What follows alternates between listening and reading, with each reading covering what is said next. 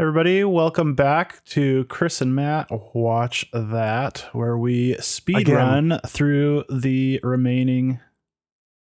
I said it right this time. That's the name of our podcast. It's Chris and Matt Talk About That. Oh my god! You said watch that again. We're changing the name. No, we're not. All right. If I held a gun to your head and told you to say the name of the podcast right, I think you would die. Yeah. I think you would get shot. So, Chris and Matt Watch That. Nope. You know why I keep saying that? Because it used to be Gotta Watch What. Yeah. It was Gotta Watch What was your original podcast that you did all of 4 episodes of, and your brain can't let go of it. We should have. That's a better podcast name. We should change it. I mean, Sidetracked is better. Sidetracked is better. Really good. I mean, we can change it to Sidetracked if you want. I don't know. Leave a comment, everybody, if you want us to talk about this as Sidetracked. So, thank you for joining us as we speed run through the remaining of Star Trek Deep Space Nine's first season. Speed run. Today we're doing season 1, episode 16, episode entitled "If Wishes Were Horses." Writers were Nell and William Crawford, a married couple, but the episode was so thoroughly rewritten, I'm not sure who you'd actually give the full writing credit to. There are a lot of writing credits when it rolled across the screen. I was like, oh boy. Written by... And it watches like one of those kind of episodes that had a million writers. I mean, how else do you get Rumpelstiltskin in a Star Trek episode? Yeah. Well, speaking of Rumpelstiltskin, it was originally going to be a leprechaun. I don't know if you saw that, but our good Irish friend Cole Meany protested and got it changed. I guess such an accurate representation of Irish people got a little too real for him, being that this is an episode about fantasy. I can't do an Irish accent, but I'd love to. Cole Meany. It's too real. This is an episode about fantasy. Why are you going to do leprechauns?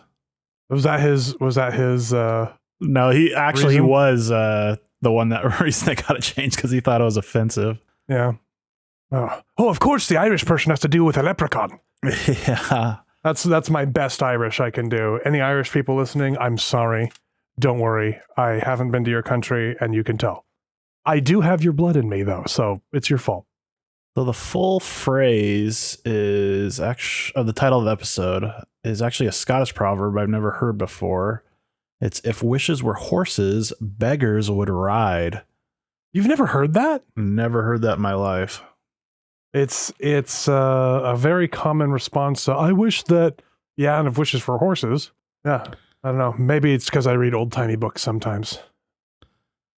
So apparently the original script was way different. All the characters were some kind of holodeck characters originally. I mean, it kind of reads like that. I don't know how that would have worked or what the conclusion would have been. They would have had to have been trapped in the holodeck or something. It still doesn't make sense the way it is here. So yeah. This is the episode with Rumpelstiltskin, the actual Rumpelstiltskin, played by Michael J. Anderson, who famously plays the man from another place in Twin Peaks, which is, if you've ever seen that show, it's the guy that dances in the void. I forget what the void's called in the show, but I never got to the fantasy magical part of Twin Peaks. I lost interest before any of that even started. Yeah, it's a great show. It's definitely on the far end of esotericism. There it is. It's been an episode or two since we've said esoteric, so we have to get that on the count. It was directed by multiple Oscar-winning visual effects supervisor Robert Legato. Legato was the visual effects supervisor for The Next Generation, and he won Oscars for Titanic and some other movies. I don't think the show is visually especially interesting or anything like that. This is actually a budget episode. They have 3 guest stars, essentially, and just no space scenes or anything like that. There's a little bit of space in it, but not much. And I didn't know this because I never watched TNG's first season. Buck Mackay, the baseball player, is actually originally mentioned in the first season of TNG in that holodeck episode, The Big Goodbye. Oh, interesting. Yeah. So that's one of the better first season episodes, right? That's one of the Big Goodbye is supposed to be one of the more watchable ones. I can't remember it. I know it's the one where he's essentially He's Dick Tracy. 1920s PI. Yeah, exactly. Yeah. No, he's literally Dick Tracy. That's his thing, if I remember correctly. So what do you think of this episode? It wasn't as bad as I was afraid it was going to be. That's kind of how I felt too. Yeah, I saw Rumpelstiltskin on the thumbnail and I was like, oh no. And I read it. I'm like, man, we're gonna have to call Mike and get him in here because we got another bad one for him. But it wasn't terrible, but it was kind of it was meh. Okay, I watched an episode of Star Trek. That didn't really feel like an episode of Star Trek. It was weird. It felt more like did you ever watch the show Fringe? No. I think I remembered it. Yeah, so it's the guy from Dawson's Creek, right? Munn, that guy, and John Noble. Cody's dad used to watch it. That's my only memory of it. Yeah, so it was supposed to be the kind of the... Is that a J.J. Abrams show? Yes, okay. One of his few good shows, except that then, of course, like everything he touches, as soon as it goes for more than a year or two, it gets bad again. It's just, but anyway, that show was very like weird things happen. It's kind of like X-Files, right? Where weird things happen, but there might be a technological explanation or it could be magic, but it's probably technology. Maybe we think. No, it might be magic. And you're kind of left wondering which one it is.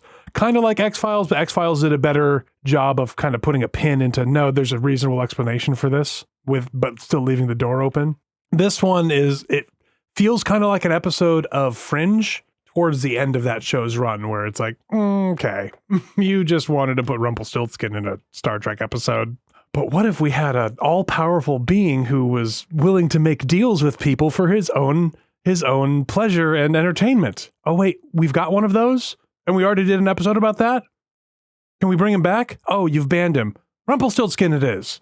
That's kind of what I don't know. Yeah, it's another one where I enjoyed it more the first time I watched it. I actually think it's kind of a brilliant sci-fi high concept. Oh, there it is again. Some people listening to this podcast will think that you can just never learn. Matt, I think you're never going to learn. People won't even know what you're talking about. His phone went off. Beep-a-boop. Yeah. Beep-a-boop. That's what happened. And you did it while you were talking. You can't edit that out, Matt. No, I can't. Do it. Yep. So, where was I? Yeah, I actually think it's a pretty brilliant high concept as far as, this idea of an alien species studies us by making our fantasies come to reality, and their choices of the figments of our imaginations they choose to come to life. I think we're pretty smart. Yeah. But the execution was shallow. I feel like there was a more kind of thought-provoking script in there, but their imaginations just weren't strong enough to grasp that fantasy. Yeah. Yeah, I mean, like I said, I like the concept of these guys being able to reach into your imagination, figure out things and see what they are. I think it might have been even better if they had been like some kind of probe from the prophets inside the wormhole. I think that could have been way more interesting instead of, oh yeah, we got pulled through the aperture. It's like, no. What you do is go, this is their prophet's attempt to understand linear time. And so they go into your imagination and that would play totally in with the theme that they've had anytime the prophets are mentioned. And I think it would have been a better episode, and it would have put Major Kira in an interesting place. But they probably didn't want to do that because they've already given her way too much good stuff to deal with. So they're like, we'll just do a mediocre episode instead of having a good idea for this one.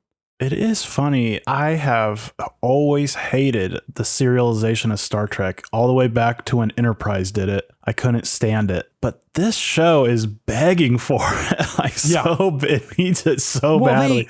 They created the concept with the idea of serializing it, basically. That's why the regular one-shot episodes kind of stumble now and again, because it just doesn't. It wants to go on with the main story that they introduced with Emissary and haven't touched since. And I think there is an art to doing normal, non-serialized Star Trek plots and then weaving the overall serialized war story or profits, the serialized setting that they're in. And I think DS9 gets better as in the later seasons, hopefully next season. Some shows suffer from that. Like we've talked about Battlestar Galactica before. There's one episode I think does a good job of that where the crews go on strike. But that is a great episode. Battlestar is so serialized that your story ends up convoluted when you go to so serialized like that. Because how can you stretch an episode and have the plot move forward in that one story episode after episode for seasons? So, I mean, Babylon 5 does a good job of it. Babylon 5 probably does it the best. Babylon 5 is like DS9 though, in that the episodes are kind of self-contained stories. Yes. Where Battlestar isn't like that. Each episode is a continuation of the main plot. Yeah, but the big difference between the big thing that makes Battlestar rough is they did not plan out the story before they started making the seasons. No. You need to make your main story beats. Like if I had made Battlestar, I would know before the first shot was filmed, I would know who the final 5 Cylons were. As the showrunner, I would know who they were. I would have a general idea of how we get from where we start and where we're going to end. When they started the show, they had no idea if they were going to get to Earth or not. They didn't know. Yeah, and if you watch it back to back to back, it becomes clear that this show wasn't laid out beforehand. Yeah. And then there's a whole writer's strike. But anyways, this is a Star Trek podcast. We got sidetracked again. I think we do change the name to Sidetracked. I think we do. I mean, it wouldn't be that hard to do. I don't think. We don't have enough episodes here we don't have a following. 16 people were like, "Oh, I might be slightly confused." And then we can do merch. Let's get into our fantasy here. So our teaser, we get a lot of setup of people's fantasies. Odo and Quark argue about the holodeck. Bashir gets turned down once again by Dax. O'Brien reads Rumpelstiltskin to his daughter, and then the real Rumpelstiltskin appears. I know O'Brien has seen combat, and he's seen some of the most outrageous experiences a human can have while serving on the Enterprise. But how does he not scream at the sight of this thing? The image of this thing is frightening the first time I saw it. So, 2 things about this intro. One, I think that Jadzia in her little thing with Bashir finally gets it through Bashir's skull. I think it finally clicks for him in this scene that she's not interested and she will never be interested. And I'm glad that happens because I think this means this is one of the last times we see him being incredibly cringy trying to spit his game theory garbage. Which means that maybe he's going to finally start turning into the character that I liked. With O'Brien, I think he doesn't scream or freak out because he's gone into dad emergency mode. Now, I'm sure you have memories of your dad going into dad emergency mode. I have gone into dad emergency mode many times in my life. You do not panic. You do not scream out loud. You are looking for ways to keep your family safe, to protect whatever needs to be protecting, and find ways to eliminate the threat. So, and you can see that on his face. He's like, this is okay, intruder alert. Let's get security in here. Let's get my kid and my wife away from whatever the heck this thing is. It cannot be Rumpelstiltskin. Is this Q? What is this? I don't know what this is. He's absolutely panicking and wants to freak out. But because of the setting of where he is, his training and his experience, I don't think his lack of visceral reaction is unbelievable. Man, the little girl they got for this, I can't believe they found a little girl so young to not only deliver memorized lines, but say the word Rumpelstiltskin. I mean, she looks like she's 2 years old. Oh, no, she's at least 4, at least. Do you think? She's a small 4-year-old, if so. Yeah, well, I mean, it's easy to humans come in all shapes and sizes. It's pretty easy to find it's easier to find a small 4-year-old than it is to find a 2-year-old that can say Rumpelstiltskin. Yeah. I could get my 4-year-old daughter in here and she could say Rumpelstiltskin. At 2, she'd be like, I don't know what I mean now. The vocabulary just isn't there and the control over the mouth isn't there. I mean, the actress that played Molly might even be 5 or 6 in this, but I'm leaning towards about 4. And I thought it might be interesting to do a deep dive on Rumpelstiltskin and its history and the meaning, the implied meaning, but we talk about enough controversial subjects on this podcast, so I'm just going to brush right over that. So after the teaser, everyone else's fantasies start popping up as solid flesh and blood. Rumpelstiltskin plays hide and seek with security in O'Brien's quarters. Jake brings legendary baseball player Buck Buckeye out of the holosuite to meet Cisco, and a bizarrely submissive love-struck version of Dax corners a deeply confused Bashir. They do such a good job of making Bashir's fantasy condemn him. Yeah, I think the idea with the fantasies is to represent the different types of fantasies.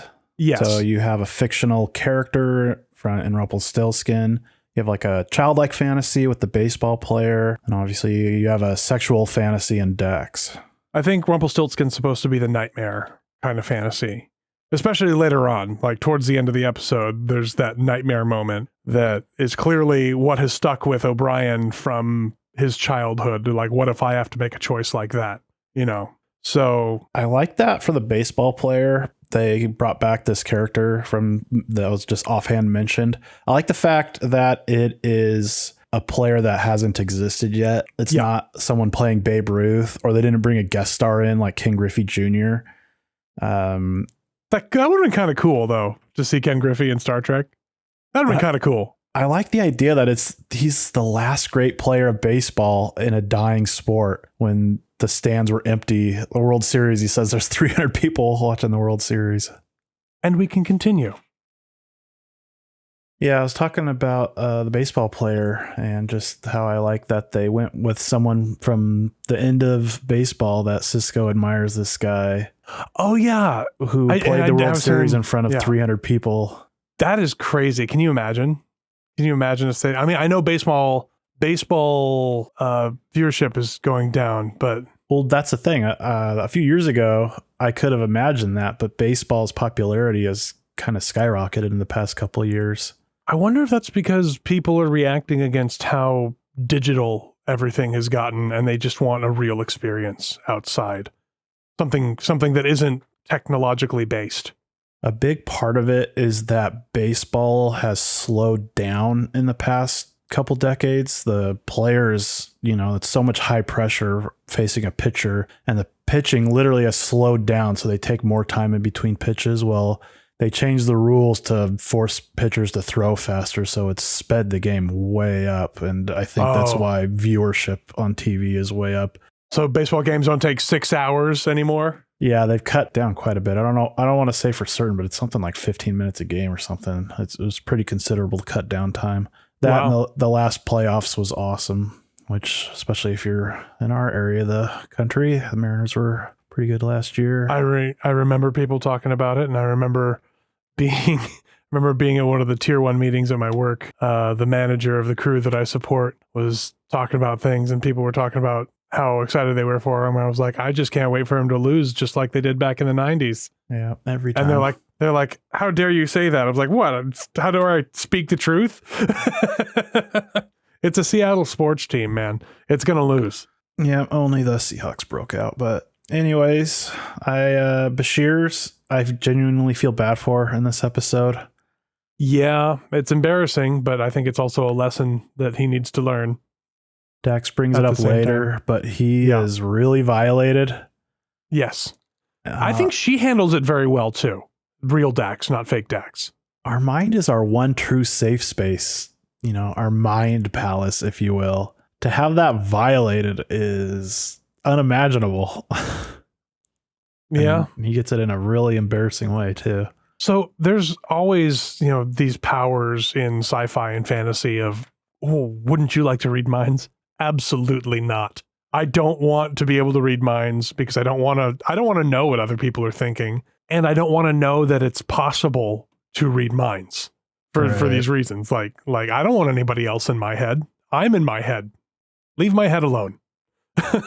Yeah, I've often thought I would love to have a mixtape of hearing everybody who was talking positively about me, and I never got to hear it. I think that would be awesome, but that would be pretty good. most of it would be people thinking and talking negative thoughts that it's best that for you Matt that guy's you never. beard is just looks like a bird lives in it, you know? It's best if you never hear these things. And a lot of people's thoughts are fleeting. It's reactionary. Yeah. So we are responsible for what thoughts we cultivate, but we're not necessarily responsible for thoughts we have, right? You get cut off in traffic and you're like, oh, I want to punch that guy. Do you actually want to punch him? Not 3/4 of a second after he finishes cutting you off. You know, it's just like, nope, that's that would be counterproductive, like Jim Carrey says about impulsive thoughts, right? The intrusive thoughts, you know, it's like, you know, what if I just turned the car into traffic? You know, and we all have thoughts like that. Everyone has thoughts that they wish they hadn't had, or thoughts that they would never want to share with anybody else. And that's normal and okay.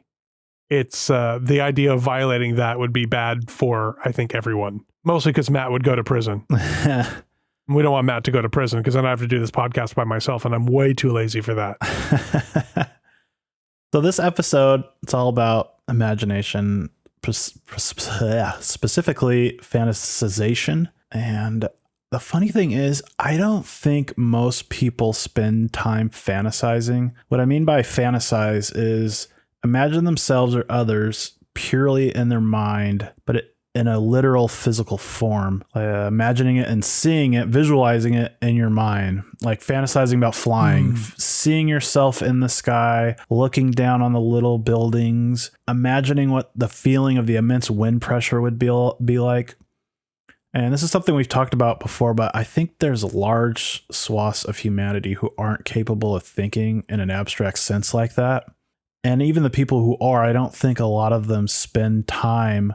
Because of modern technology, I don't think a lot of these people spend time in a fantasy of their own creation. They spend time consuming someone else's fantasy. Yeah, I would agree with that. I still play imagination time on my own all the time. Like, not necessarily like pulling out little spaceships and flying around, although that does still happen once in a while. Why do you think I have so many model spaceships? You know, pew, pew, pew. Yeah, whoosh goes the Enterprise. But I agree that modern technology has definitely hurt that part of humanity. I think everybody has fantasies. I think everybody does fantasize. And it doesn't have to be, you know, flight or something esoteric, but it could be something as simple as, what if I was on vacation right now, on a beach somewhere, just cool drink in my hand, feet in the warm sand, breeze going on. Everyone does stuff like that, right? And I think it's a pretty common thing, but I would agree that I don't think a lot of people have conversations in their fantasies, if that makes sense. Like having a baseball player come up and chat with you about the game. I think there are people that do that. The closest I've gotten is thinking about, like, I'll rehearse conversations sometimes, you know, if I'm coming up to a report out or a difficult conversation or talking to someone I haven't been able to see in a while. I'll think about what I'm going to say to them, stuff like that, and what they might say back. But mostly it's like, you know, man, what would it be like if I was a pilot right now? Or could I even understand air traffic control? And I imagine what air traffic control might sound like, and me going, what? I don't know. What'd you say? And they go, and I go, okay, all right, well, I'm going to crash. So maybe you have a more positive view of humanity. I don't think most people do that, honestly. I think most people just kind of live in the moment in a reactionary kind of existence. I don't know, man. I'm sure there's plenty of people on both sides of it, but I think most people will have wishes that would be nice to be horses. You know, I think most people do that because if it weren't a widespread thing, this kind of media, which is not, this may be a weird Star Trek episode, but the idea of wishes or imagination becoming real is a trope that happens in fantasy and science fiction and other Twilight Zone, all that stuff. It happens because we all have fantasies, and there's this idea of like, would it be good if all of our fantasies could be real, or would it be bad? I mean, there's an original series episode about it with the Shore Leave Planet, the one with the bunny on it. Well, What I mean by fantasizing that I don't think most people do is not the desire. Like a lot of people might, I think everybody has the feelings of desire where I want to go to a water park. Okay. Everybody has that. That's just a instinctual feeling that all humans have. But the idea that someone is in their car driving and thinking about driving to the water park, getting out, imagining themselves getting in the water slide and what that would feel like. I don't think most people fantasize on that kind of level. I just don't think that. I don't think it's a constant thing, but I think that people do that, especially as something that they're excited for or dread comes closer. I think people have negative fantasies when they're sick because they imagine themselves throwing up or other horrible bodily functions that can happen when you're ill. I think that when people see plane crashes, I think one of the reasons that the idea of flying is so uncomfortable is people imagine what it would be like to be in a plane crash. And that's why a lot of people are afraid of flying. So I think it's more widespread than you give people credit for. I don't know if it would be a majority or not, but I'm leaning towards yes, it's a majority of people have these kind of events happen to them. These kind of fantasy. What would it be like? Let me put myself in that situation. I don't think they're doing it very often, and I definitely agree that modern technology has made that kind of mind exercise rarer, because why fantasize when you can just look it up and watch it? Another thing that's interesting is how men and women fantasize differently. And I did no research on this. This is just kind of my own thoughts. Oh boy, hot take from Matt in 3, 2, 1. Not especially hot take, but obviously men and women have different biology and that affects how our brains think. And I think men spend more time fantasizing, just period. And they do it it's a more tactile fantasy about what they see and physically hear and all that. And when I hear women describe their fantasies, I find them to be less about visualizing an environment and more about how they exist within that environment. It's their fantasies kind of tend to be more intricate, and it's really hard for me to describe what I mean by that. I think I know what you're talking about. Where we think of what would it feel like to be in that moment doing things. I think I know what you're talking about. Men tend to think about situations when we have fantasies. It's what is it like to be in that situation? What is it like to feel to be in that moment? And women, a lot of times, it's more like what would my life be like if that happened? Is that kind of what you're talking about? Like, how would that affect my life? How would I exist in this world, rather than what if I got to fly a fighter jet? Yeah, I think there's more context, like environmental context to what they is very fantasize important about. And I sat and thought about this for 5-10 minutes, and I couldn't really think of the exact words of kind of. It's because you're a man and you're dumb. Okay. It is because I'm a man. I'm a dumb man. It's not dumb so much, but no, I watch TV. Men are dumb. But there's always going to be a disconnect where there's going to be a inability to. I don't know that it's an inability. I think that to me it's an inability. Our biologies are different, such that we're not going to be able to totally empathize isn't the right word, but totally understand how someone else views and understands the reality around them. So even between two individuals that are similar, two males are going to have different experiences, but then obviously the gap between male and females is going to be even more. But I would say that it's impossible to understand how anyone's minds work, regardless of what chromosomes their brain have. But I think it's harder to empathize with people that have completely different experiences from you, and being a woman your whole life is different than being a man your whole life, and that's going to shape how you are, right? There's other things involved, right? Without stepping into various controversial things, women have a fundamentally different experience in life than men do. There are social, biological, economical, all sorts of different schools of why that is. But because they have a fundamentally different experience, it is more difficult for average Joe to emphasize with the way that average Jane's mind works in the context of how they imagine their best vacation or how they imagine their worst nightmare, to put it in the realm of fantasies of what we're talking about. But I do think... And sorry to interrupt real quick. I think that's good what you just said. I like that everyone is different in that way because I think that enriches our experience in life, that everyone is different from yourself. Yes, that absolutely. If everyone were the same, this would be a really boring life. Yeah. Mm-hmm. Some of the best things I love about being married to my wife is that she's different than me and surprises me and looks at things in ways that I don't see. Mm-hmm. Like back when we did the Move Along Home, she saw a bunch of stuff in that episode that I didn't. She didn't think it was good, but there was more stuff in there that you and I absolutely missed because our brains don't work that way. Her with her theater background and the way she's got education and theater background, she saw all this cool stuff in there. I was like, oh, that's interesting. And it made me look a little bit more positively on the worst episode of Deep Space Nine, but not enough to rate it highly. So yeah, I agree with what you're saying. But I wanted to say that I do think that it is possible for two people to get to know each other well enough to understand how the other person's mind works, but that doesn't mean that their minds are going to work the same. I understand how my wife is going to react to things. I understand how she fantasizes about what her life could be compared to how I think of mine.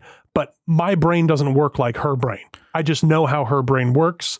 And so I have a good idea. I am able to predict with a certain degree of accuracy how she would be able to react with things, and vice versa, obviously, because we know each other very well.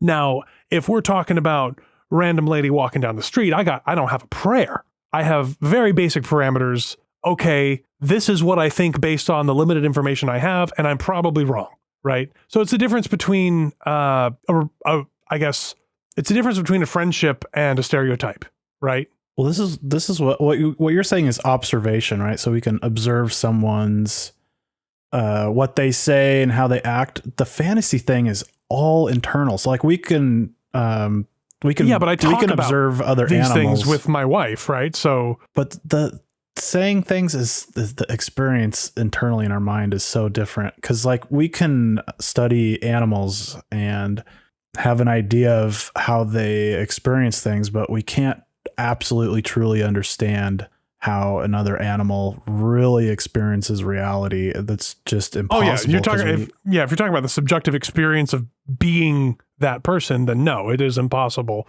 It is impossible for me to know what being you is like. Right. But I think fantasies get right into the core of that kind of subjective kind of experience inside of our own minds. That is why fantasies are so unique to each individual and different. And I think depending on what kind of individual you are helps dictate that as well. But yeah, I can see that. Getting on with our little episode here.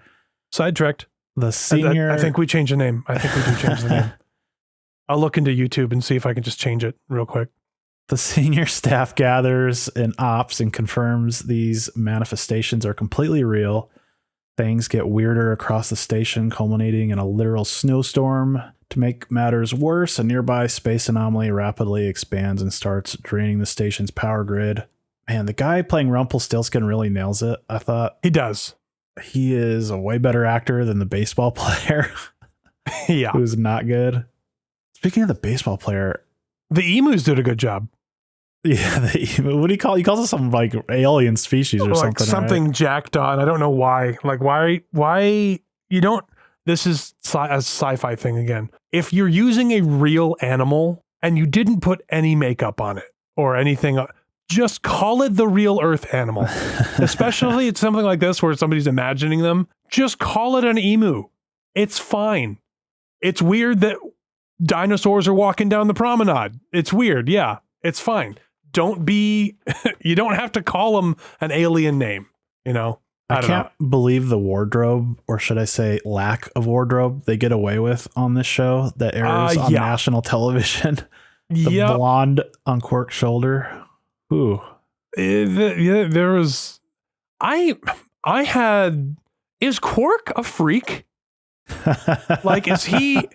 So we've talked about this before. Like it's been shown that Ferengi are attracted to non-Ferengi women. But wouldn't Quark's ideal woman be a Ferengi? You Like, would wouldn't think they do that because it's television, and I know the audience would be not impressed with. Well, two also you can't show naked Ferengi women. females, because his real fantasy would be naked Ferengi females, because Ferengi females don't wear clothes. Right. And you can't show that on television unless, like, Ferengi have very different anatomy than we do, which apparently they don't. So, but yeah, it's a weird thing. It's just to show that Quark is sleazy, right? That's what his thing is. I love that he's going broke because the other people's fantasy is to win at Dabo. But we also, like, how much of this is real? Like, are those things physically there, or are they just in the minds of everybody there? That's never really clear to me. Yeah. Would the anomaly have destroyed everyone if they had not kept on gotten over the believing fantasy in it? of it? I think it would have, honestly. In my opinion, think so? I think everything is real until it's not. Because the sensors show that those people are real. I guess that's true. Yeah, in my opinion, all the fantasies are real until they're not. Well, they're real, but it's also interesting because it's implied that there are actual beings playing the parts of those fantasies. There's that one scene where the fake Jadzia, the baseball player, and Rumpelstiltskin all talk to each other, and they're talking about their creators, but as if they were the aliens too. So it's one of the things where it's just weird to me. So is there only like a handful of these things going around? Because Quark is like, have you seen my naked ladies? And the emus are running away, and they're like, oh wow, they'll show up, and then the emus disappear, and then the naked ladies show up, implying that they're the same beings or the same phenomenon. So there's a limited number of them. I don't know. This episode brings a lot of questions as to how all of this is working, but I do want to say that giving a station full of 300 or 400 people unlimited access to their fantasies is a declaration of war against that people, I think. Yeah, that's a good point. Oh, that is not a good thing to do. Can you imagine if Rumpelstiltskin actually like stole Miles' daughter? Yeah. Yeah, and so Dax and Bashir are working together. Why? I don't know. I don't remember Geordi and Crusher ever working together. Well, so Dax is not an engineer. Dax is in the sciences. So she's a scientist. She might not be a bioscientist, but she's helping. So Bashir is just the other science guy on the station because they clearly do not have enough blue-shirted people on the space station because there's so few Starfleet personnel. I gotcha. So Bashir's fantasies walking around. Dax gets just openly annoyed with it, how Bashir fantasizes about her. Yeah. Rumpelstiltskin gets into a debate with O'Brien about how O'Brien's imagination gives him power. Mm-hmm. The anomaly outside the station gets larger and is sucking everything into it. And Cisco talks shop with Buck Bakai, showing us how much fantasy means to Cisco. Yep. Why does everything everyone wears on DS9 have to be pajamas? That one-piece baseball uniform is so silly.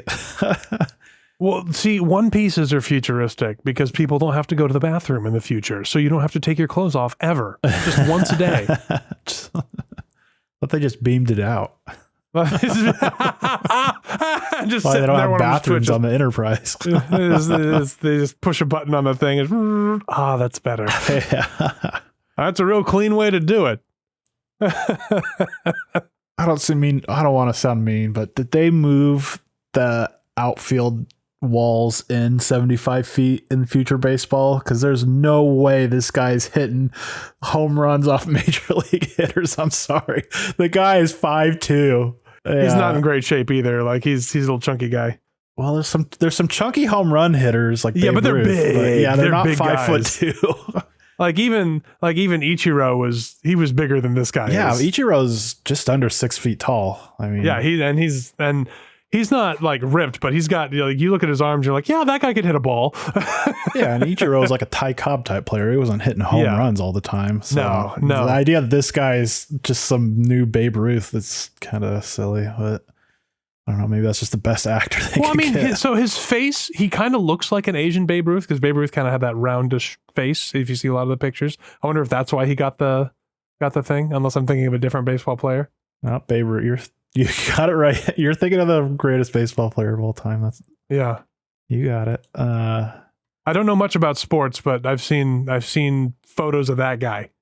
So it's also, he's the greatest baseball player of all time, but he gets smoked by today's players. Yeah, but once you're the greatest, you're the greatest. Like, you can make argument that there's players better than Michael Jordan, but once you're the greatest of all time, that's just what you are forever. Sorry, that's my goat noise.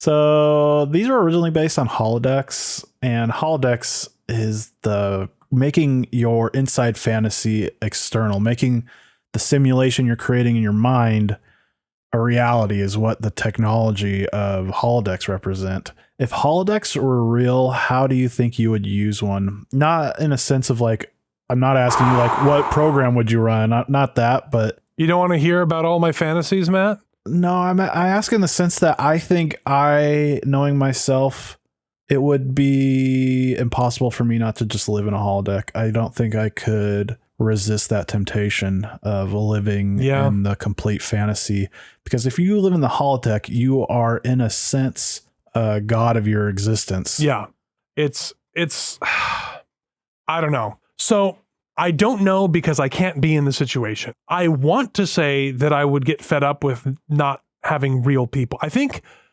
if I could bring the people I care about into the holodeck with me, we would never leave. I would never go into the holodeck alone and stay there. Like I'd go in, I'd fly airplanes, I'd sail, I'd go on like instant cruises, right? Like, oh yeah, I just want to go to the buffet on the cruise ship, walk into the holodeck.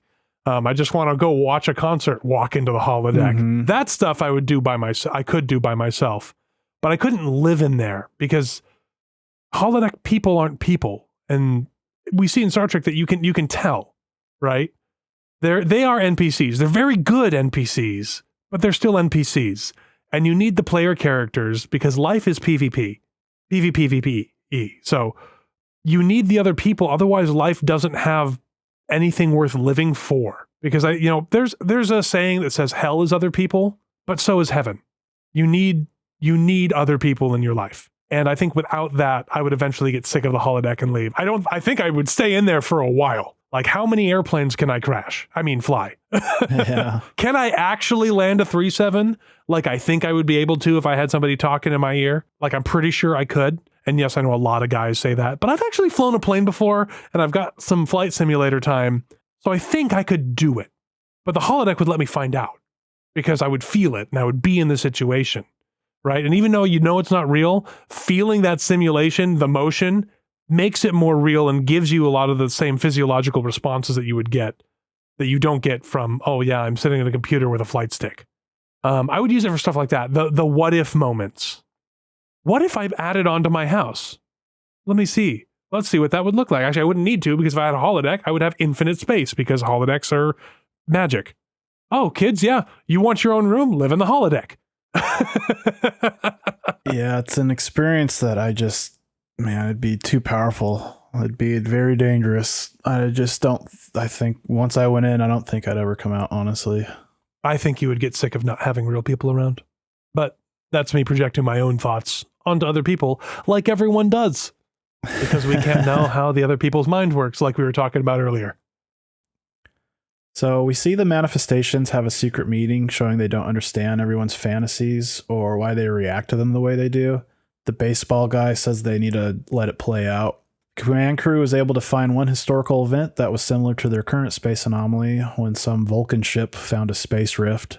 They think they can use a similar approach to fix the anomaly outside the station. They start to prepare the station by evacuating the pylons. Cisco connects the dots and realizes the danger is being fueled by the crew's own inner anxieties. They don't realize it quite yet, but the crew's panic only makes the anomaly worse. They use some technobabble torpedo to close it. Pulse wave torpedo, baby. It works momentarily. Then it opens back up and gets worse. Rumpelstiltskin offers to save them at the cost of O'Brien's child. Cisco puts 2 and 2 together and realizes the space rupture is also merely a fantasy. Tells O'Brien to drop the shields. Then the anomaly vanishes, proving it was all a psychological illusion. And I like it when Cisco tells Kira's like, sir, the sensors and are reading are like shaking, and he goes, actually, Kira, your sensors aren't detecting any shockwaves. Like, well, so this is actually a similarity between Cisco and Picard, right? Cisco has a very strong will, and he dares the universe to be different from what it is, to be different from what he understands it to be. Mm-hmm. We see that in Picard with his line of "make it so." I think that's why Q likes Picard. Oh, he wants to make his will reality, and I think Cisco's the same way here. Cisco's like, I know this is right. I know this is true. Are they? Are they really? They're not. They're not. Look again. Oh, wow. Yeah, you're right. So I think this is actually, I found this to be a good parallel between the two. Although Cisco would not appreciate me drawing parallels between him and Picard, even at this point. Well, it shows the power of suggestion, right? I mean, this is why hypnosis works. A lot of people don't want to think it is real, but it is. The power of suggestion is pretty powerful. Yeah. It only works if you want it to work. Right. Mm-hmm. Yeah. Which is why I can't be hypnotized, because I don't want to give that control of myself up to anyone else. But most people, because we live in a society, we open ourselves to other people. So yeah, everyone is easily manipulated in some sense. No, absolutely. But I'm just talking about hypnosis specifically. No, thanks.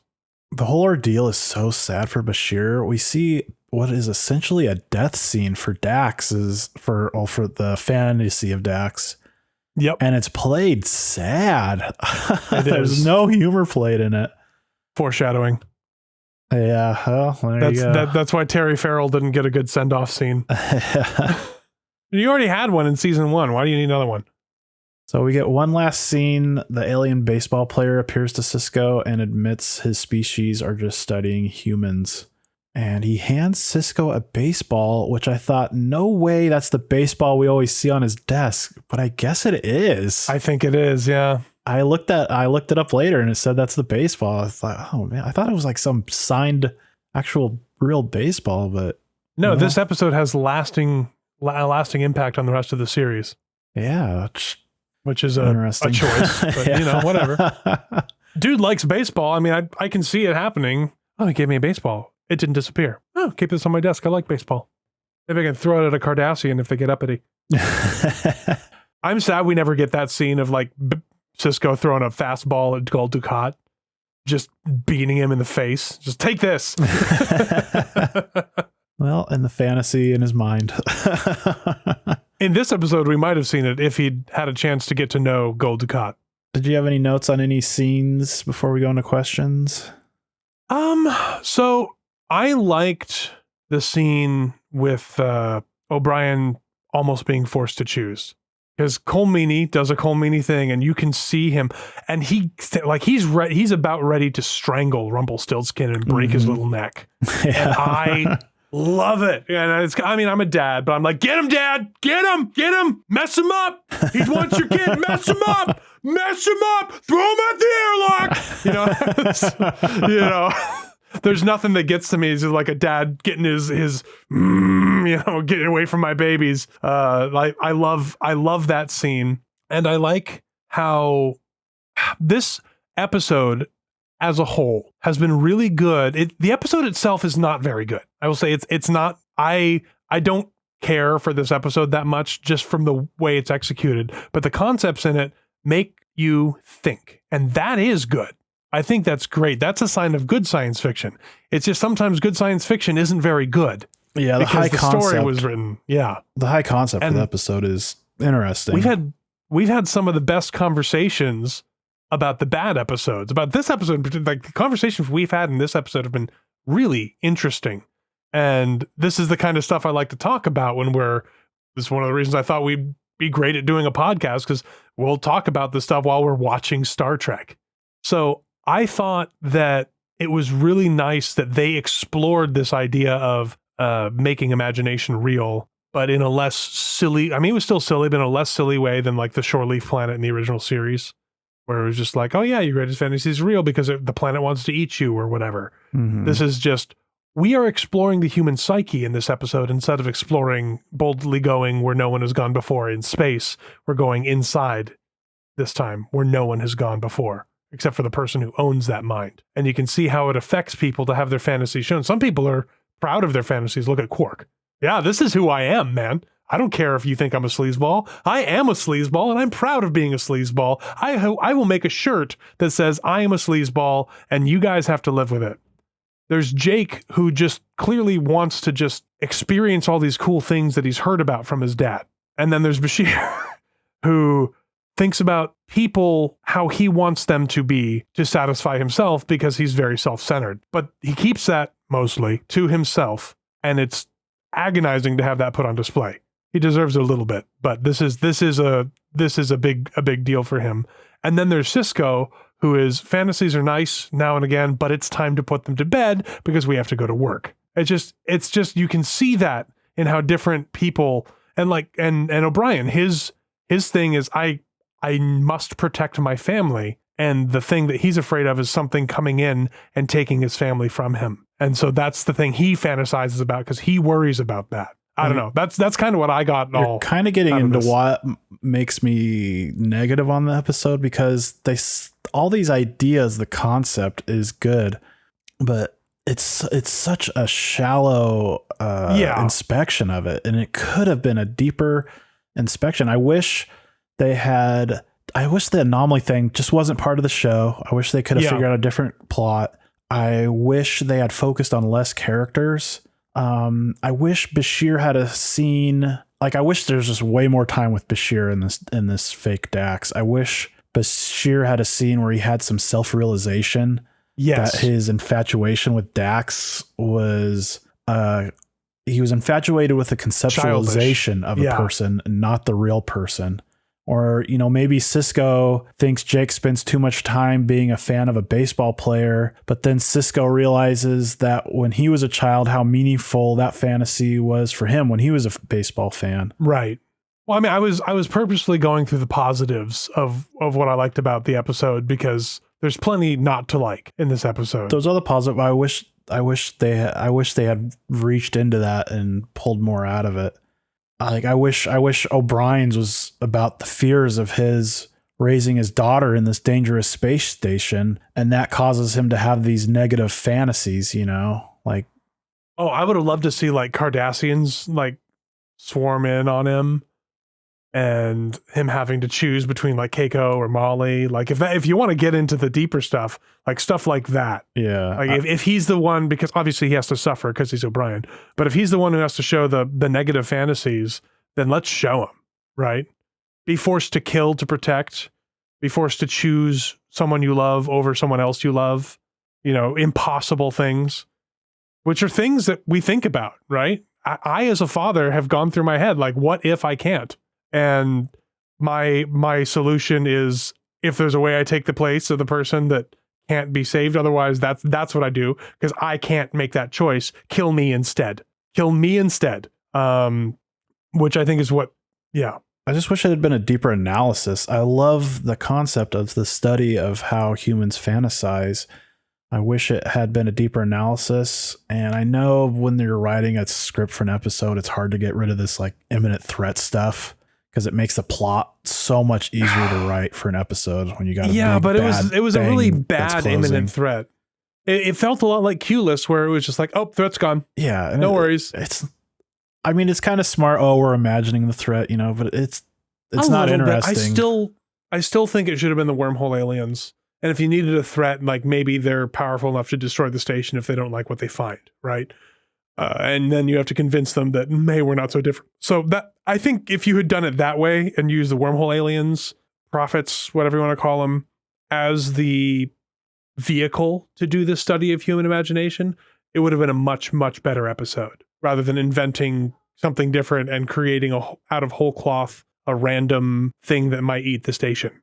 I think you could have done that. I think I could do this episode better. I think I could rewrite this episode better if I had time and desire to. Well, let's get into the questions. Was there a singular ethical dilemma that defined the episode? And it's pretty much what we've been talking about. Where does one draw the line with imagination and fantasy? And how much is such too that much? such that it doesn't consume your life. It's actually, it's a very similar theme to the Barkley episodes, the Barkley Hollow Addiction episodes. Yeah, there's obviously great value in imagination, creating a simulation inside our own minds, and then sharing that simulation with others is great value. The danger, I think... Well, that's what I was going to get to. But if you live in constant retreat from reality, the only meaning you'll find in life will be in that fantasy, and the fantasy's not real. Yeah. And this is why I kind of think our elites push so much recreational fiction like movies and video games on us, because I think they serve as a tool to kind of disempower people. Or to distract them while their powers are being taken away. All right. Yeah, I don't disagree with that. So what I was going to say is the danger with fantasies is in thinking that they are simulations. Your fantasies are not simulations because you control all the parameters. So you cannot simulate it in your head. You can't, like we were talking about, you can't get inside of somebody else's head. So you can't know how they would react in a situation. So if the fantasy involves another person in any way, it's not a simulation. And you can't have a perfect understanding of how the world works. So it's not a simulation because you control all of it. And if you fantasize enough about various things, those things will become to you as real life in a way. And then you will have a negative reaction when your expectations of real life do not live up to the fantasies that you've been having about it. You can point to the whole, for an extreme negative example, you can point to the whole incel movement for this. They fantasize about how they think the world should be and how women should treat them. And when reality doesn't match what's in their head, they get mad. The problem must be everything else because my fantasy is real as a negative. You know, there are obviously less extreme examples, but that's a big one. You know, it's a reason why widespread pornography consumption is a big problem for people. It takes away from the reality of that particular part of life and makes it difficult for people to find connection instead of staring at a little screen. So fantasies are good for you until they're not. And you have to understand that they are not real. And you have to understand that real is better than fantasy, even if real can't hold a candle to how awesome fantasy is. If I could reword what you said, because a simulation or a simulacra is... well, you said simulation, not simulacra. Well, they're kind of the same thing. Kind of. A simulation is a copy of something, so it's not the real object. So I think when you fantasize, it is a simulation, but what you're saying is right. The simulation is not reality. So you create this simulation in your mind, and because like you were saying, the aspects of the simulation are not real. So you create this like incel thing, you know? Yeah. You create this thing of women are like this, and you create this reality inside your mind, and you don't go out, you don't talk to actual women. And so it creates this false reality. That's how anxiety happens a lot, because we imagine kind of the worst thing, the worst outcome. I suffer from this greatly. I just naturally think of the worst outcome of what's going to happen, and I fantasize about that. And I have to sometimes literally outwardly say with words vocally, like, this doesn't make sense. Like that's not going to happen. That makes no logical sense. Yeah. But emotionally, I'll have such a strong emotional idea that the worst outcome is going to happen because I've created this kind of simulated thing in my mind. I'm right there with you. Yeah. I do that all the time. And it's not reality, you know? Yeah. My brain does this thing. I call them daymares because it's like a daydream, right? I'll be walking with my kids and my brain will be like, would you like to see what would happen if they ran in front of a car right now? And just kind of show me in my brain what that would look like. Yeah. And then I'm like, kids, get closer to me. Yeah. And because I predict what could happen. The worst situation I ever got into this, we were walking in San Diego. We'd taken a cruise and we were going to stay at a hotel. We took a train up to the hotel, and then there was a train we could take down to the airport so that we could get where we were, just so we could get to where we needed to go. Right. And the train stopped to the airport. There was a good walk, and it wasn't very good walking area.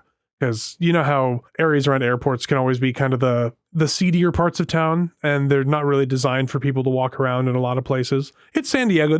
San Diego is not what I would call a dangerous city.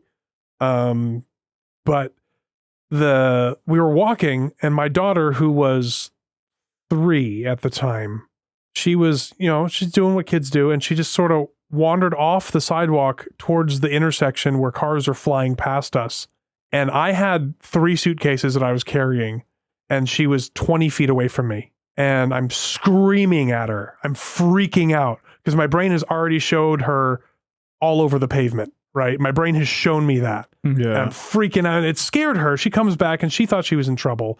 And she was a little bit, but I was just terrified.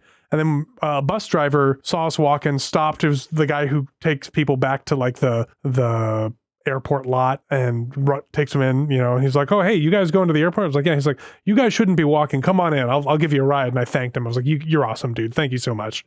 Right on. And but when I got on the bus, I was shaking and like barely held back tears. I was completely breaking down. And Leela was like, "What? Are you okay?" And she knows the things, and I told her what kind of happened in my head. And, she just held me for a little bit. But I mean, it's that one of those things. My brain rehearses those. What bad thing could happen all the time so much that it becomes real. And my body has physical reactions to the things that could happen, but haven't. And I fight with that every day to let my kids have a normal childhood, let them play out front in the yard with their friends, do stuff. Because like if I had my way, they'd be inside where I could see them at all times, because that's my brain. But I can't do that because that's bad for them. Right. That's really bad for them. I think it's sort of a curse of having high intelligence, above average intelligence. Tell me how smart I am, Matt. Well, tell me. I think you think in more abstract terms. Yes. And or you're more capable of having abstract thoughts, right? So this is why I think higher big. I think higher IQ people are more prone to anxiety and depression because you imagine things in abstract terms more often than the average person. You will imagine these negative outcomes, negative consequences. And I think, like we talked about in a previous episode, people that have low intelligence don't even imagine consequences. They just react in the moment, right? Which is why they're and let's not more confuse prone to crime and whatnot. Let's not confuse IQ with intelligence, because IQ is just an ability to solve problems, which is not the same thing as intelligence. It is a specific type of intelligence. So I would say there's probably a correlation. Well, there's definitely a correlation with IQ and abstract thought. I mean, for sure. Yeah. I would say there's a correlation, but it's not necessarily a causation there, because I'm sure there's always exceptions. Yeah. Like I said, I think having a higher intelligence kind of also leads to these negative abstract thoughts, which you just have to learn to control. And it's tough. Like I get anxiety about stuff all the time that I shouldn't, and it makes no sense, but my mind just instantly goes to imagining these situations that aren't going to happen, and you just have to learn to control yourself. There's just no other way around it. Just be like the Collector in Mass Effect and assume direct control. Mm-hmm. Which is why the holodeck is such an enticing idea, because you have assumed direct control. Yes. And so it won't happen, instead of understanding that it probably won't. I have nervous moments on airplanes. I understand how airplanes work. I know airplanes are the safest way to travel as long as you're flying a reputable airline that is maintained well. Flying is the safest way to travel. But my brain's like, yeah, but what if today isn't? Yeah, the plane drops 20 feet in the air, and it's kind of hard for your brain not to go to the worst. Yeah. I know the plane's not falling out of the sky, because I know because of how the physics of it works. If the engines are running and it's going forward, it literally cannot fall. It's held in the air as much as if it were set on a table. It can't fall out of the sky as long as it's moving. But this part of your brain, the monkey brain in the back, it doesn't listen to that. It goes, I fall, I die. A bit of sidetracked. What made me I don't think I was ever afraid of flying, but what made me really not afraid of flying was years ago, you showed me that image of them stress testing the wings on either a 737 or 747. It was a 777. Okay. It was the first 777. There's a video. You can look this up online. So Boeing tests its wings. They used to test them all destructively, but now because it's carbon fiber and it would explode into a billion pieces and be hard to clean up, they don't stress them destructively. They stress them to a point far beyond any service load that they would ever get, which is about 2.5 times max stress load. But they took a 777, the static test for the original ones, the metal ones, and they bent its wing until it broke. And it broke at like 3.5 times its maximum possible load of in-service. Like it could not fly at that. It would not be able to be in the air. Other things would have broken long before. And then the wing snaps, right? And it's so far beyond what it would ever experience in service that it won't break. The image looks crazy of the wings just bent way up, and the noise it makes when they break is just insane. It's like 1,000 gunshots at once. There's no amount of turbulence that's ever going to stretch the wing that much. So no, the odds of a wing coming off a plane is just virtually impossible. The things that can go wrong to bring a plane down are much, much smaller than that. But we're not going to go into that, because I don't want people who are listening to have their anxieties fed right now. Yeah. It's unlikely. It's incredibly safe. Take that flight. Go visit the place you've never been before, because the little bit of anxiety while you're on the plane that price is definitely worth it for being able to go somewhere. Mm-hmm. There was something else I wanted to say that is now gone out of my mind. Darn it. It was about anxiety flying. Where was it? It's gone now. It's gone. I know how that goes. I'll probably remember it when I listen to the podcast and start shouting it at the speaker. Like, this is what I wanted to say. Well, like your deleted memory, if you had to delete one scene, what would it be? Oh, my gut instinct is to go with the initial Bashir Dax conversation, but it's actually important to this particular episode because of Fantasy Dax being super submissive. I think I would delete the Quark scene where he's looking for his fantasy women and the emus turn into them. I was like, I don't know why we're here. Okay, sure. Quark and Odo have to have a scene together. There's no reason for this. Well, you're getting into the same thing I did. The Odo and Quark scenes, but specifically the one where Odo imagines Quark in the brig. I mean, very funny. I thought that was kind of funny, but yeah, that one's not really needed either. It's just time that could have been used on the Bashir and Dax stuff, which was my favorite stuff in the episode. Well, to be fair, you just want more Terry Farrell on the screen. That doesn't hurt, but just a deeper, inspection of any, like even just if it was Cisco and his son and the baseball player, anything else would have been more interesting to me. So no, I agree. Your favorite scene? Mine was the scene in the science room between Dax Bashir and Bashir's fantasy of Dax. It's a funny scene, but it also highlights the differentiation between fantasy and reality and a desired simulation and the desert of the real. So he's got this fake Dax, and that is this simulacra of Dax that he's invented. And then you have the real Dax, and it's obvious that the thing he is in love with is not reality. That's because it's an infatuation, not love, right? So, Bashir isn't in love with Dax. He's in love with this invention he's made, an idealized version that doesn't actually exist. And he's not even in love with her, right? Because we see that in the beginning.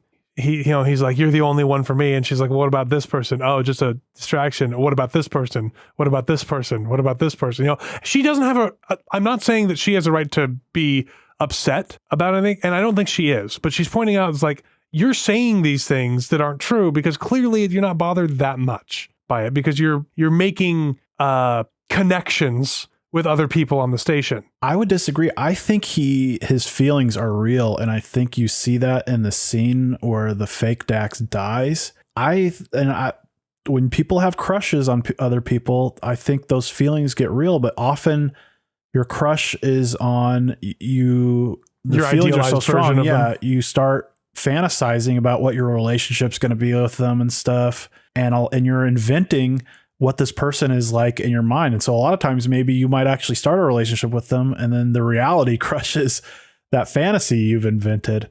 And that's kind of the dangers of fantasies. And he, I think, actually has real feelings for this invention he's made of Dax. That's not the real person. And because he's made that invention and has fallen in love with that invention, he can't ever have a good relationship with the real person because she's so different. Okay, I can see that. I would also like to point out that his idealized version of Dax is far from the ideal version of Dax. Everything I find intriguing about Dax's character is what he stripped out of her. Yeah. Well, and she's totally, at first when I kind of watched this episode, I was like, you know, she knows this is just some fantasy. Why is she so annoyed? But the second watch through, I was kind of like, you know, she's justified. You're making this version of me that is just totally not realistic and not me. And, you know, and it's insulting that you think of me that way. Offensively submissive. Yeah, exactly. And I think that's a good reminder to anyone who is, I mean, this isn't just men, just women, anyone who has idealized a person that they have a crush on, that idealized version might not be something that the person that you care about, that you think you care about, that you want to get with would ever want to know about. The real person is who you should fall in love with. Right. And this is what I wish the episode had gotten into, the dangers of fantasy. Yeah. Like, that's like a really interesting thing. And it's just it's such a surface level look at it. Yeah. What was your favorite scene? I kind of said my favorite scene is Miles getting ready to choke what is he, a goblin? What is he? Is he a goblin? He's a dwarf, a fantasy dwarf. I don't know. I think he calls him a dwarf in there. And he's got to be goblin, right? Yeah. He looks like a goblin. He looks like more of a goblin to me. Yeah. Because dwarves have bigger beards and are bulky, you know, if we're talking like Lord of the Rings. Yeah, I would call him a goblin. Maybe a red cap from D&D. Oh yeah. It might be a red cap. Little murderous little dwarf goblin thing. But yeah, I mean, I like that scene, and also how Cisco put an end to it. Like, no, I don't think so, bud. I like that scene a lot. Not that the resolution was satisfying, but I enjoyed it. Well, speaking of O'Brien, our next question on the Senior Chief Petty Officer Miles Edward O'Brien official scale of torture. How badly was O'Brien tortured in this episode on a scale of 0 to 4 lights? I'd give this a solid 3. There are 3 lights because anytime you give consideration to sacrificing your daughter, that's pretty rough. I don't think he was considering it, but yeah, just the idea that I think he was in that scene. I think he was thinking, I have to everybody save on the everyone on the station. Yeah. That is Cisco torture. Takes it out of his hands, thankfully. But I think he was having to give a thought of like, okay, either she die, I give up my daughter, or we all die. You know, and that's thanks. I don't want to make that choice. I wanted to see him punch Rumpelstiltskin so badly. Yeah. I just punched that little guy in his stupid little face, which shows how good that actor was at playing Rumpelstiltskin, because you hate him in that scene. Yeah. You absolutely despise him. It's great. But yeah, O'Brien did suffer. So check that box. We're good there. Yeah. There are 3 lights. I went 2.8997, so pretty close. Basically the same. Yeah. Is this episode properly defined as science fiction? So we agreed earlier on one of our previous episodes that fantasy would not be a substitute for sci-fi. So in this instance, yes, the narrative absolutely requires the fantastical elements of science fiction. So yes, it's definitely sci-fi. I mean, honestly, I would say this episode is fantasy, not science fiction, because it's just magic. There's no real explanation of how the aliens are doing this. There's no technology involved.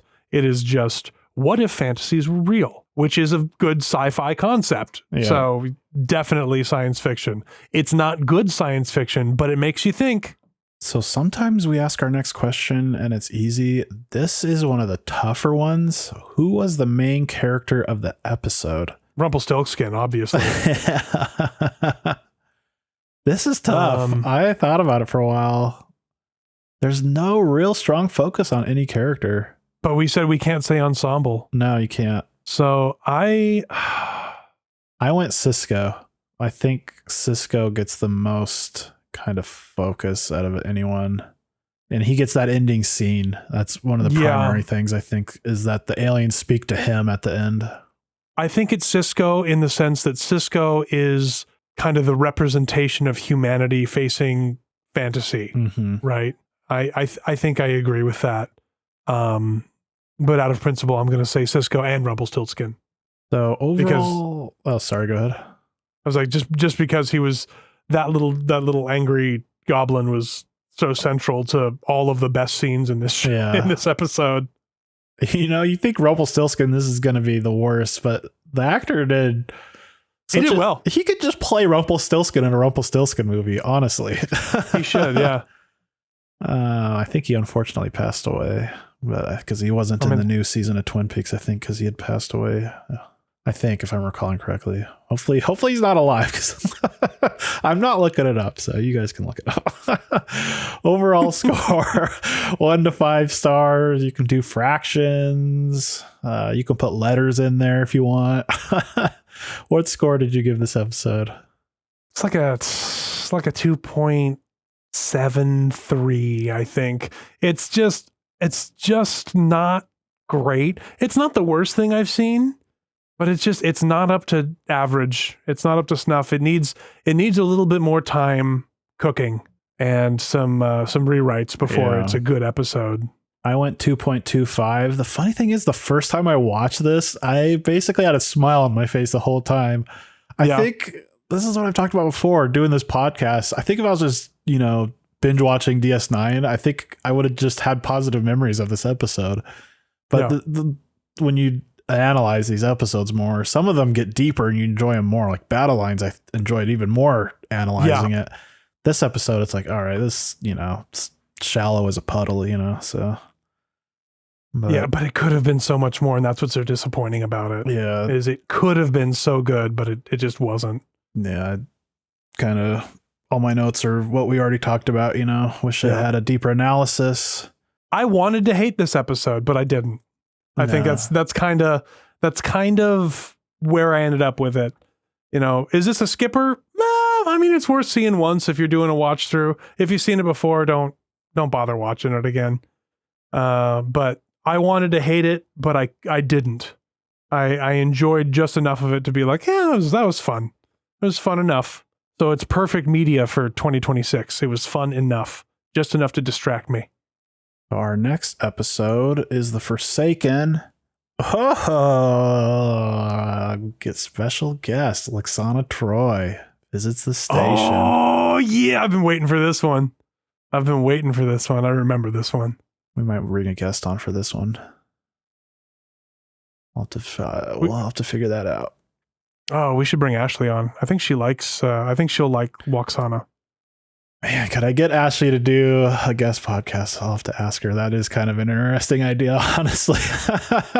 I'd ask Leela, but we're gonna have her on for duet, and that's coming up real quick. So yes, then that is one of the best episodes of Deep Space Nine is duet. So I'm really looking forward to that one. Yeah, that's episode after next, so that is coming up pretty quick. Yep. And then my idea, hopefully if I put this out into the ether, it'll become reality. But my idea is after we finish the season 1 finale, we'll do an episode and bring everyone on that we had as guests. So have a great big round table. Whew, that's a lot of people. Yeah, have a great big round table and kind of talk about what they liked about the season. I don't know. It's not everybody that we had as a guest watches all of it. Well, I have some ideas on how to accomplish that, and we can talk about that not on the recording, but there's a way that would make it fairly easy to do. So we'll put a pin in this, and then you and I can talk about it offline. But for now, that was Sidetracked. I think we're changing the name so Matt can get it right. And we'll see next time that Chris and Matt talk about that. Yeah, adios.